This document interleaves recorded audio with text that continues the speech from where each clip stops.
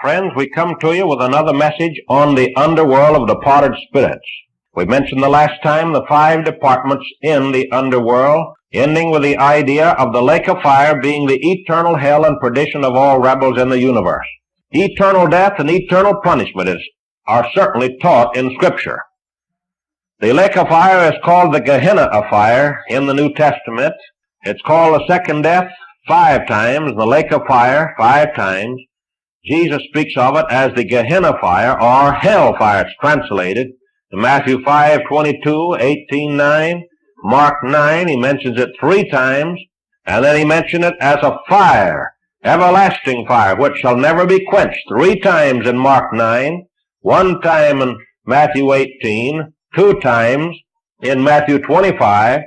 It is called a furnace of fire, where there shall be weeping, wailing, and gnashing of teeth, in Matthew 8, 13, 22, 24, 25, and Luke 13. It is called a place of fire and brimstone in Revelation 14 and 21. It is a place in which the body and the soul and the spirit will be finally cast. That's plainly stated in Matthew 5, Matthew 10, Matthew 13, Matthew 18, Mark 9, Luke 12, Revelation 21:8. It is a place of damnation where the worm does not die. This is not only stated in the New Testament, Matthew 9 or Mark 9 3 times, but in Isaiah 66, 22 to 24. In the new earth, we read of this hell continuing forever. It is a place of real literal fire and brimstone, as plainly stated in Matthew 5, Matthew 18, 13, 25, Mark 9, Revelation 14, 19, 20, 21, and Isaiah 66. All these scriptures plainly speak of fire and brimstone in hell. Men can do away with the reality of hell by saying, oh, that's a parable or that's figurative language, all they want to. But men who make the fire of hell figurative can never be sure just what is meant by such figurative language. So if men want mystery and indefinite speculations instead of plain truth, that is their responsibility, and it's your responsibility if you want to believe them.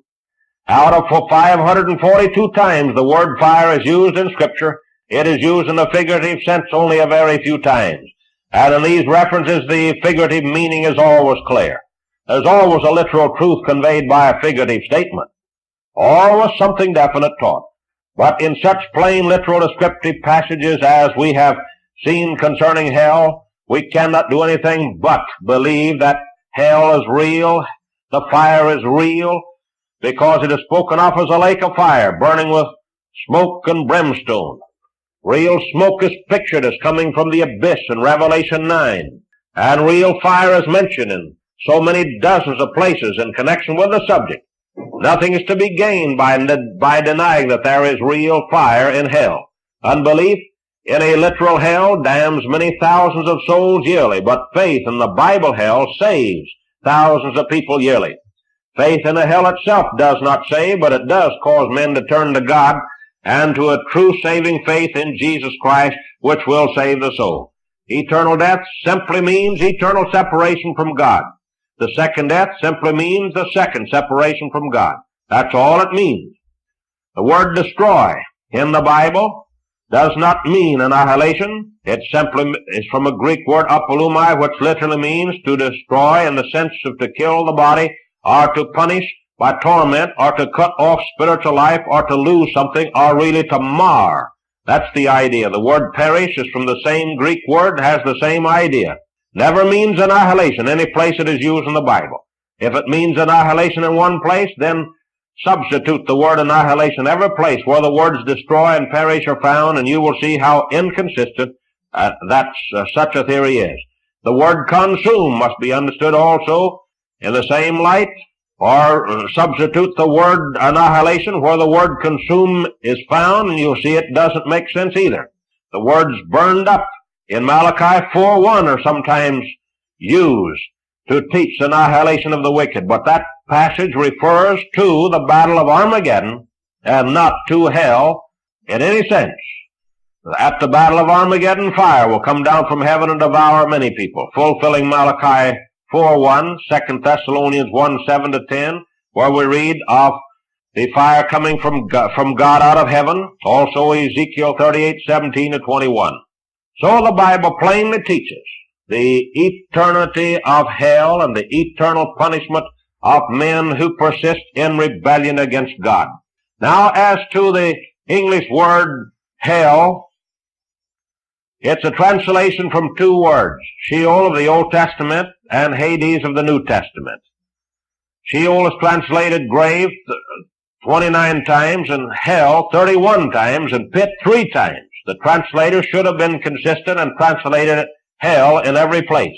Hades is translated 10 times hell and 1 time grave, but it should have been translated hell in every place.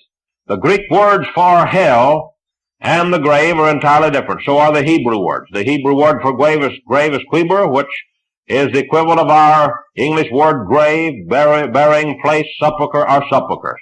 Greek word is menmion, which is the equivalent of our English word grave, graves, tombs, and sepulcher, and so on.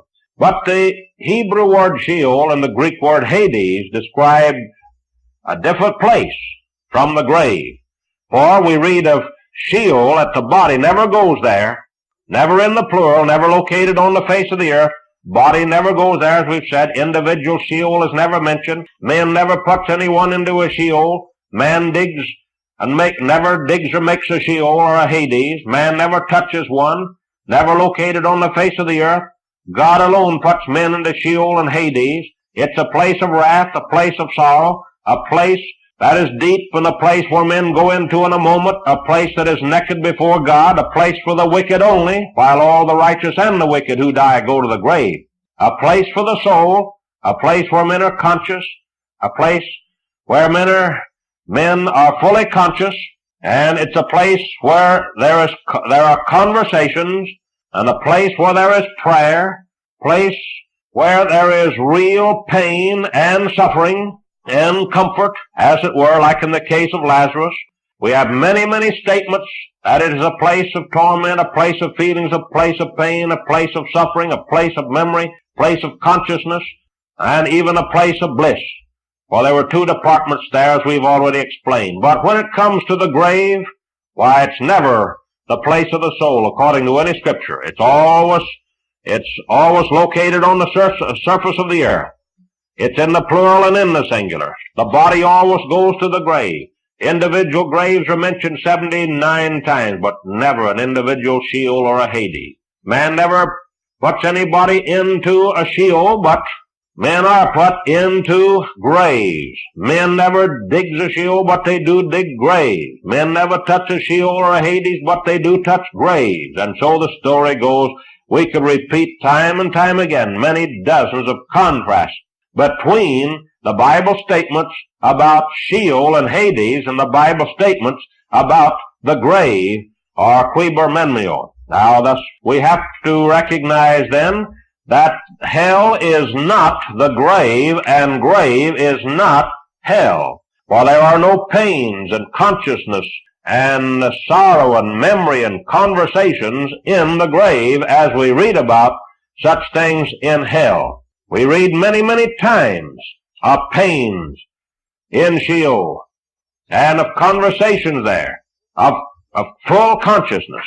And if we never read one time of any such thing in the grave, then we have to be consistent and believe that there is a difference between hell and the grave. We read that the wicked only will go to hell. Psalm 9:17 says the wicked shall be turned into hell, and all nations that forget God.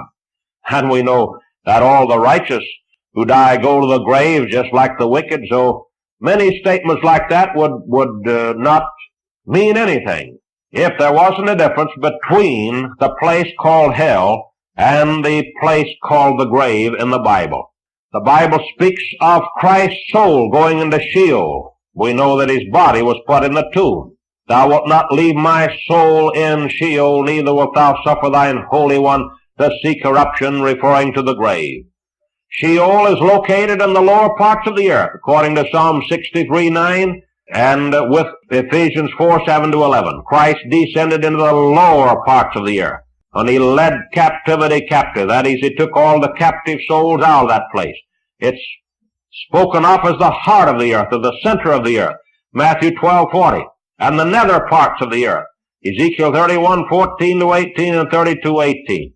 And hell from beneath the earth, mentioned in Proverbs 15:24, Isaiah 14:9 to 15, Ezekiel 31 and Ezekiel 32. Yes, it's a real place. It's a place where the soul goes, where there is consciousness, as we've already said. There are torments and feelings and pains and sufferings and memory, full consciousness there, according to Luke 16:19 to 31, Deuteronomy 32:22. Thus we have many, many statements in the Bible concerning Sheol and the grave, which prove that there is altogether a difference between the two. So when men tell you that hell is the grave and grave is hell, or when men tell you that hell is what you make of this life and all that, they are speaking unscripturally. You follow the plain literal statements of the Bible, and you will find that hell, the temporary one as well as the future one, will be real. The Bible speaks of it as being a place where the worm shall not die, and their fire shall be quenched, and they shall be abhorring unto all flesh. Jesus taught that hell was prepared for the devil and his angels. You never heard of angels and the devil ever going into a grave, have you? Then we find that it's an everlasting place. You'll read Matthew 25:41 and 46, and Revelation 14:9 to 11, Revelation 20:11 to 15, Isaiah 66:22 to 24.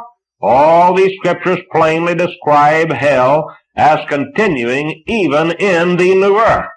And it plainly says, the smoke of their torment sinneth up forever and ever, and they have no rest day or night. So hell is eternal.